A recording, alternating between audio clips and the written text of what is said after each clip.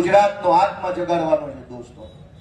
અને મેં નક્કી કર્યું છે કે અમે ન્યાય નથી અપાવી શક્યા દીકરીને, અને એટલે દીકરીને જે પોલીસે પટ્ટા માર્યા છે એ પટ્ટા આજે હું ખાઈશ જાહેરમાં.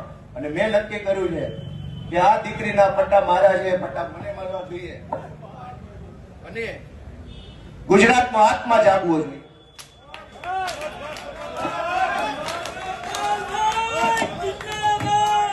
ગુજરાતનો આત્મા જાગવો જોઈએ. હવે ગુજરાતનો આત્મા જાગવો જોઈએ. મૂકી દો, આત્મા જાગવો જોઈએ ગુજરાત આખાનો. દીકરીને પટ્ટા કેવી રીતે પોલીસ મારે, મૂકી દો.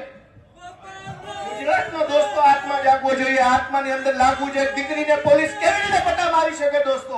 આ સજા મને મળવી જોઈએ. આ સજા મને મળવી જોઈએ. જેને જેને દીકરીઓ, ગુજરાત આખાની દીકરીઓ પર અત્યાચાર કર્યા, સજા મને મળવી જોઈએ. દોસ્તો, અમે ન્યાય નથી અપાવી શક્યા એનો મને અફસોસ થાય છે. અમે ન્યાય નથી અપાવી શક્યા. દોસ્તો, હું ગુજરાતનો આત્મા જગાડવા માંગુ છું. કોઈ અમને જિંદગીભર મત ન આપતા, અમને હરાવી દેજો, પણ દીકરીઓને ન્યાય અપાવવા માટે તમારા આત્મા જગાડો. તમારો આત્મા જગાડો. અમને આખી જિંદગી મત ન દેતા, હરાવી દેજો. દીકરીને ન્યાય અપાવશો કે નહીં અપાવો?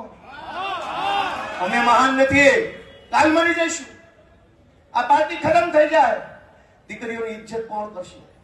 અને આ એક દીકરીનો સવાલ નથી. ઝઘડિયામાં બળાત્કાર થયો, જસદણમાં બળાત્કાર થયો, દાહોદમાં બળાત્કાર, ચારો તરફ બળાત્કાર થાય છે. ગૃહમંત્રી મૌન, ભાજપના નેતા મૌન. ન્યાય માંગવા જઈએ, ન્યાય મળતો નથી. હવે સાચો ન્યાય ગુજરાતની આ જનતા કરી શકશે, એટલે ન્યાય માંગવા તમારી પાસે આવ્યા. એ ન્યાય કરો, ન્યાય કરો તમે, ન્યાય.